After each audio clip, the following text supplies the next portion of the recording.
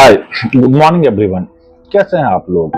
उम्मीद है सब ठीक होंगे, अपना और अपने परिवार वालों का ख्याल रखे होंगे। दोस्तों, वक्त है कि नहीं कहानी की, और आज की ये कहानी ये कोई कहानी नहीं है। दरअसल आज की कहानी एक ऐसे शख्स के बारे में मैं बात करने जा रहा हूँ जिसे हमारे हिंदुस्तान का हीरा कहा जाता है, कहा जाता था, अब कह सकते हैं। इज्जत मिली, शोहरत मिली, बुलंदियों को छुआ और फिर मोहब्बत भी हुई।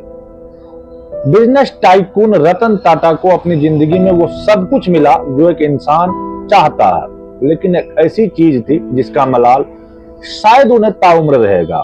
उन्हें प्यार हुआ, लेकिन उस प्यार को मंजिल नहीं मिल पाई। वो अपनी जिंदगी में कई ऐसे लोगों से घिरे रहे, बावजूद इसके एक खालीपन हमेशा उनके साथ रहा। उस खालीपन की टीस शायद उन्हें अभी भी कचोटती होगी।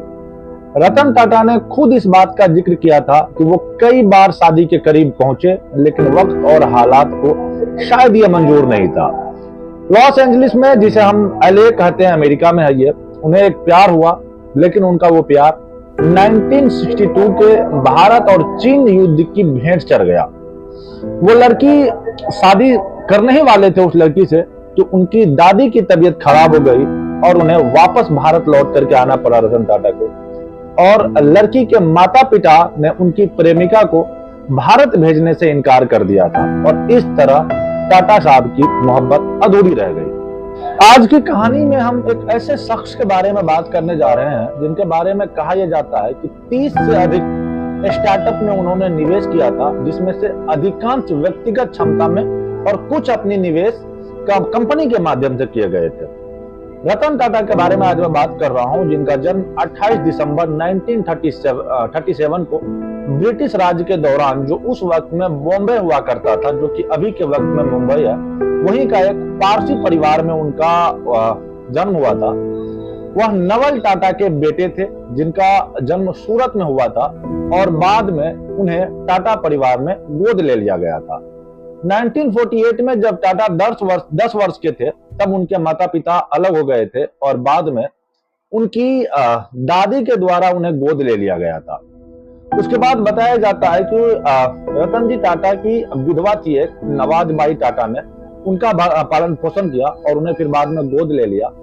नवल टाटा की जो सिमोन टाटा से उनकी दूसरी शादी थी, उनका ही एक छोटा भाई था जिमी टाटा, और एक सौतेला भाई था नोएल टाटा, जिनके साथ उनका पालन पोषण हुआ था। टाटा ने 8वीं कक्षा तक मुंबई के कैंपियन स्कूल में पढ़ाई की।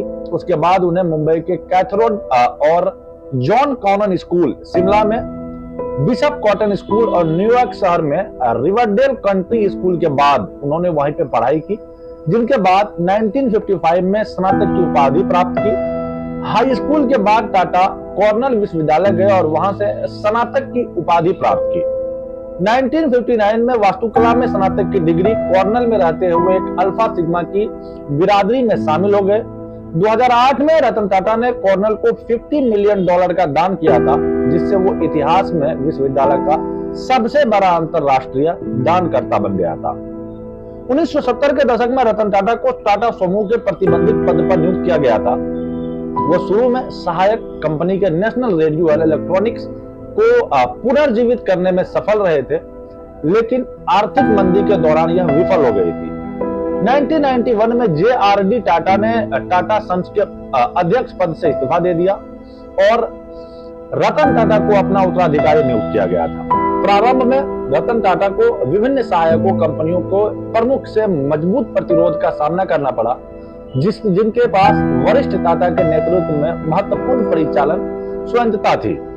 जवाब में रतन टाटा को शक्ति से मजबूत करने के उद्देश्य से कई नीतियां लागू की गई, जिनमें सेवानिवृत्ति की आयु निर्धारित करना, सहायक कंपनियों को सीधे समूह कार्यालय में रिपोर्ट करना, और सहायक कंपनियों को टाटा समूह ब्रांड के निर्माण में अपने मुनाफे का योगदान करने की आवश्यकताएं शामिल थी। 21 वर्षों तक टाटा समूह का नेतृत्व करते हुए राजस्व 40 गुना अधिक और लाभ 50 गुना से अधिक बढ़ गया था। जब रतन टाटा ने कंपनी की कमान संभाली थी, तो अधिकांश बिक्री कॉमेडी में बिकी थी, लेकिन उनके कार्यकाल के अंत तक अधिकांश बिक्री ब्रांडें से हुई उनके नेतृत्व में। टाटा ने टेटली का अधिग्रहण किया, टाटा मोटर्स ने जगुआर लैंड रोवर का अधिग्रहण किया और टाटा स्टील के कोर्स का अधिग्रहण भी किया था। इन अधिकरणों का टाटा के मुख्य रूप से भारत केंद्रित समूह के एक वैश्विक व्यवसाय में बदल दिया गया, जिनका 65% से अधिक राजस्व अंतरराष्ट्रीय परिचालन और बिक्री में आता था। दोस्तों, आज हमारे देश ने एक अनमोल हीरे को खो दिया है, जिसकी भरपाई शायद हम अपने उम्र में तो खैर कभी नहीं कर पाएगी हमारा ये देश। दोस्तों, बताया जाता है कि बुधवार की रात टाटा ग्रुप के चेयरमैन रतन टाटा ने अपनी 86 साल की उम्र में इस दुनिया को अलविदा कह दिया। खबरों की माने तो रतन टाटा ने मुंबई के ब्रिज कैंडी अस्पताल में अपनी अंतिम सांस ली। रतन टाटा ने हमेशा अपनी सादगी और अच्छे व्यवहार से लोगों के दिलों में अपने लिए खास जगह बनाई हुई थी। रतन टाटा आने वाली पीढ़ियों के लिए भी एक प्रेरणा की एक किरण है। अगर आप भी अपने लाइफ में सफलता का शिखर छूना चाहते हैं तो रतन टाटा के ये मोटिवेशनल कोट्स आपकी हमेशा हमेशा मदद कर सकती है। जिसमें कुछ लाइनें रतन टाटा की लिखी हुई है जो मैं आप लोगों के सामने रखना चाहता हूँ। जो सबसे पहली लाइन है वो ये है कि जिंदगी में कठिनाइयां उसी व्यक्ति के पास आती है जिनमें इसका सामना करने की क्षमता होती है।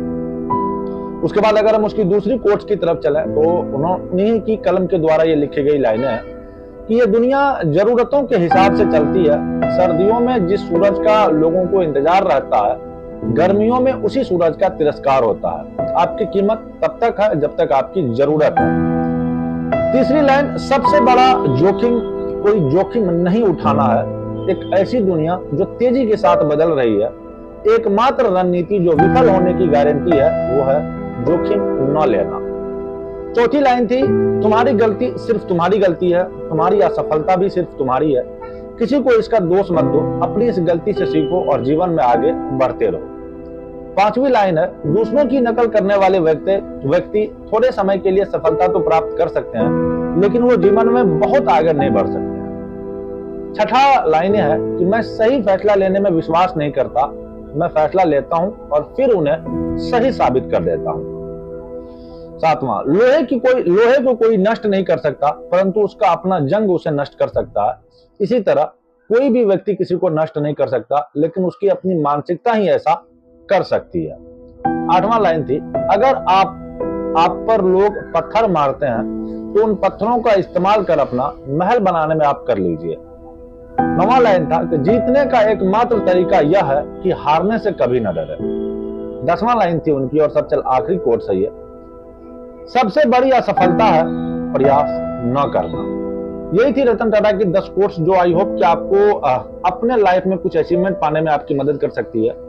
वीडियो अगर इन्फॉर्मेटिव लगी हो तो वीडियो को लाइक कीजिएगा और चैनल पर अगर नए हैं तो जाते आते चैनल को सब्सक्राइब कर बेल आइकन जरूर से प्रेस कर दीजिएगा। जल्दी मिलते हैं किसी और कहानी में किसी नए फैक्ट के साथ। तब तक के लिए अलविदा लेना चाहते हैं। जय हिंद, जय भारत।